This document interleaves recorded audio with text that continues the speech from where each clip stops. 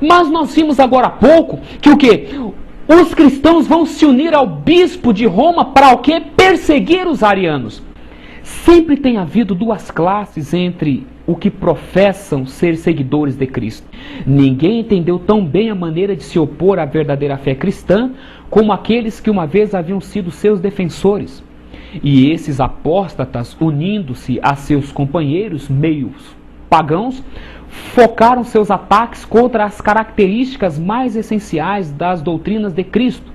Uma luta desesperada foi requerida daqueles que queriam ser fiéis e permanecer firmes contra os enganos e abominações introduzidos na igreja e disfarçados sob as vestes sacerdotais. A Bíblia não era aceita como padrão de fé. A doutrina da liberdade religiosa era considerada como heresia e seus defensores eram odiados e proscritos. Idem, capítulo 2. Então nós vemos aqui, mais uma vez sendo dito que duas classes divide-se agora a igreja de Deus. E nós vamos ver aqui os que outrora foram amigos da verdade, os que outrora se dispuseram a defender a palavra de Deus, ainda que a custo de sangue, agora, buscando usar de conveniência com os poderes deste mundo, começam a se opor aos seus próprios irmãos que estão se esforçando por sustentar as verdades bíblicas. Eles vão se voltar contra os característicos mais essenciais da doutrina de Cristo. Então entra em cena uma luta desesperada. Aquilo que o pastor Bulhon comentou no seu livro. Nós vamos ver o quê? Que enganos e abominações vão começar a forçar a entrada na cristandade através de vestes sacerdotais. Nós vamos ver também que a doutrina da liberdade religiosa vai começar a perder força. Por quê? Os defensores desta liberdade religiosa, eles vão ser odiados e proscritos. Ou seja, tudo sob o peso da ponta pequena. Depois de um longo e severo conflito, os poucos fiéis decidiram dissolver toda a união com a igreja apóstata. Eles viram que a separação era uma absoluta necessidade, se quisessem obedecer à palavra de Deus. Não ousavam tolerar erros fatais para a sua própria alma e dar exemplo que implicaria em perigo para a fé de seus filhos e filhos de seus filhos.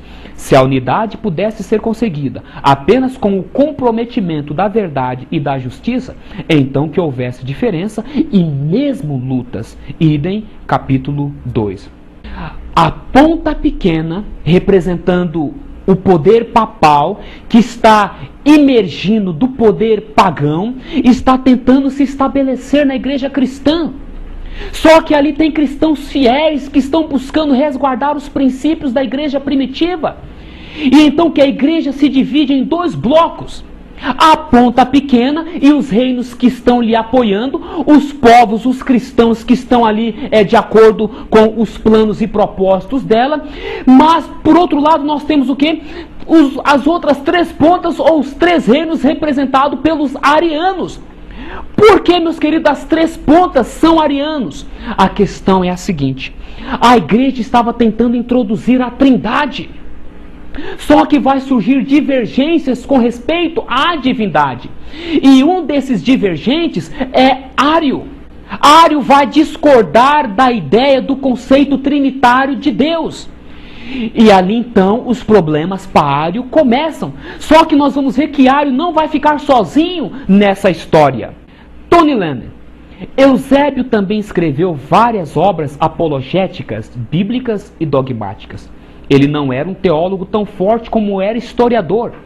Apoiou o herege Ário e foi temporariamente excomungado no concílio de Antioquia, no início de 325. No grande concílio de Nicéia, mais tarde naquele ano, teve a oportunidade para se reabilitar, e foi o que fez. Mas este foi o preço de assinar o credo de Nicéia, o que podia fazer apenas com grande angústia e muita duplicidade. Pensamento Cristão, volume 1, página 40. Nós temos aqui um livro que é um dos best-sellers na Europa, de Tony Lane, um erudito historiador da igreja. E nós vimos aqui que Eusébio foi um partidário de Ário. Eusébio era um bispo, um homem de grande influência na igreja do século 4. E ficou do lado de Ario nessa controvérsia que surgiu ali envolvendo Alexandre e Atanásio. Só que o que acontece? A ponta pequena começou a forçar, porque ela agora começa a buscar apoio exterior, apoio dos poderes seculares. E quem era o imperador na época? Constantino. Os bispos, no afã, explicou a senhora Ellen White, os bispos, no afim de ganhar honras mundanas, vão envolver Constantino nesses assuntos religiosos. Constantino não tem compreensão de doutrina bíblica. Constantino, meus queridos, não tem visão ampla espiritual das coisas corretas de Deus. Mas ele tem poder, ele tem autoridade. E o que acontece? Os bispos procuram ele e envolvem ele nessa questão. E mais adiante, então, vai haver um concílio, como nós acabamos de ver, o concílio de Nicéia. E Constantino vai tomar o partido de quem? Daqueles que lhe estão afagando, daqueles que lhe estão dando tapinha nas costas. E sobra para quem? Para os bispos e os cristãos que estavam à semelhança de Ario, buscando preservar a verdadeira compreensão da divindade. Porque a doutrina verdadeira com respeito à divindade não era a doutrina de Ario, era a doutrina cristã. A questão é que Ario, sendo um diácono de uma igreja local, começa a contestar essa nova teologia que está tentando ter entrada na cristandade. E então ele passa, juntamente com os seus, a serem rotulados de arianos. E Eusébio acaba entrando numa situação difícil, começa a sofrer pressão e, infelizmente, mais tarde, ele vai o quê? Render-se à pressão e acaba assinando o credo. Sabe por que ele assinou o credo? Ele foi ameaçado de ser levado para a Espanha por meio de povos ruins. Então, diante dessa situação, ele acabou cedendo. Mas a história nos declara que em seu coração ele não cedeu. Ele continuou preservando as suas convicções. E mais adiante nós vamos ver suas declarações na história universal. O fato é que a pressão da ponta pequena que estava subindo começou a se revelar. Mas, por enquanto, neste momento, a esta altura, as três pontas, os povos arianos ou defensores da doutrina primitiva, ainda não haviam sido aniquilados, de forma que a ponta pequena ainda não havia se estabelecido no poder. O concílio de Nicéia reuniu-se em reação ao ensino de Ario. Como Orígenes, ele cria que o Pai é maior que o Filho. Ele introduziu um monoteísmo radical ao sistema de Orígenes e concluiu que apenas o Pai é Deus. O Filho é através de quem o Pai criou o universo. Houve um momento quando ele não era. Nós somos perseguidos porque dizemos que o Filho teve um começo. Pensamento Cristão, volume 1, página 41. Olha aqui, Ario se explicando segundo os registros da história. O concílio de Nicéia se reúne e condena Ario e os seus seguidores, os seus adeptos, os que estavam à semelhança dele, buscando sustentar a verdadeira doutrina de Jesus Cristo. Começaram a acusar que ele estava introduzindo um monoteísmo radical. A divindade judaica é um monoteísmo radical ou não? E a divindade apostólica dos apóstolos, que era o judeu, também não era uma divindade, ou seja, um monoteísmo radical? Agora, os demais cristãos que estão aí buscando o favor do mundo, começam agora a chamar o monoteísmo sustentado pela igreja primitiva de monoteísmo radical. Estão percebendo as implicações? O fato é que eles queriam quebrar o monoteísmo, trocando por vários deuses. Ario vai dizer que eles apenas criam que o Pai é maior que o Filho. O próprio Jesus declarou isso lá no Evangelho de João. O Pai é maior do que eu. Ele vai dizer que houve um momento em que Cristo não era. O próprio Cristo declarou que ele o quê? É gerado do Pai. Hebreus capítulo 1 vai dizer que Cristo foi gerado no céu e depois na terra. Começamos a ver agora as razões, meus irmãos, ali dos cristãos honestos, sinceros, daqueles povos pagãos que haviam se convertido ao cristianismo e que estavam buscando serem fiéis à doutrina recebida dos apóstolos. Nós começamos a perceber que o quê? As crenças deles tinham fundamento bíblico. Benjamin, Um erro que tem circulado pelo cristianismo ao longo do tempo é dizer que tudo ligado ao arianismo está associado com a crença de que Cristo era um ser criado. Nota de rodapé. É duvidoso que muitos tenham acreditado que Cristo foi um ser criado. Geralmente, esses grupos evangélicos que se opuseram ao papado e foram marcados com ferro de arianos, confessaram ambos a divindade de Cristo e que ele foi gerado, não criado pelo Pai. Eles recuaram de outras deduções extremas e especulações relativas à divindade suprema, Deus Pai. Benjamin G. Wilkinson, Verdade Triunfante, página 92.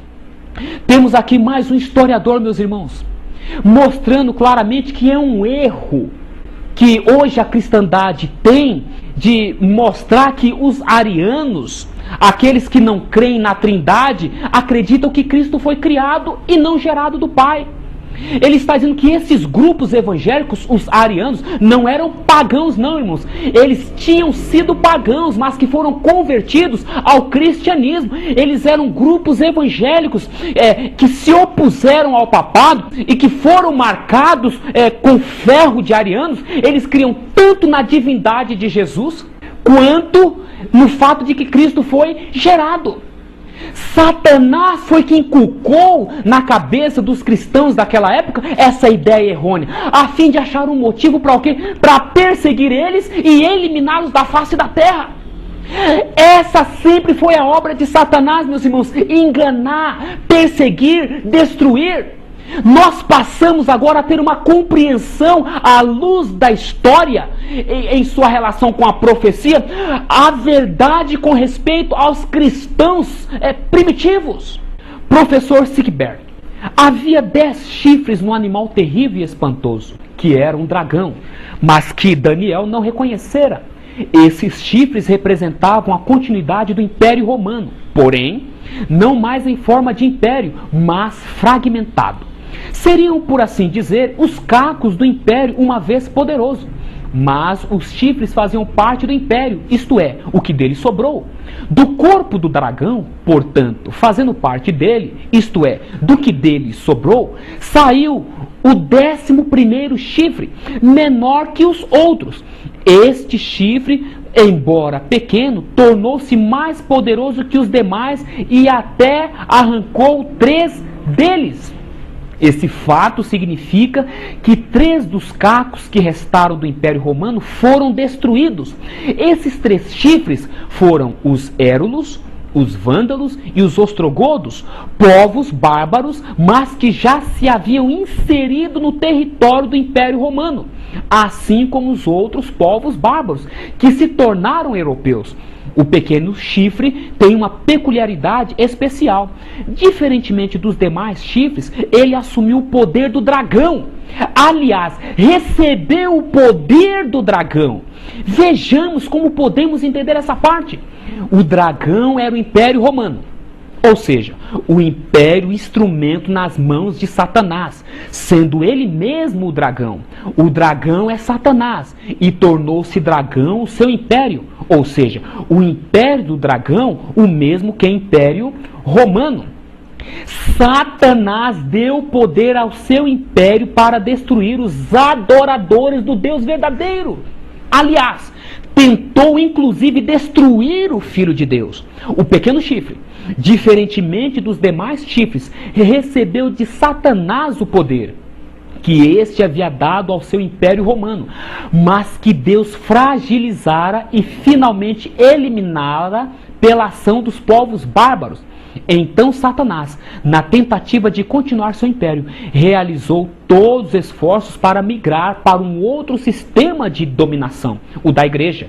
Ele se empenhou em transformar a própria igreja de Cristo na igreja dele, e conseguiu, restando com Cristo apenas um pequeno remanescente, pequeno, mas fiel.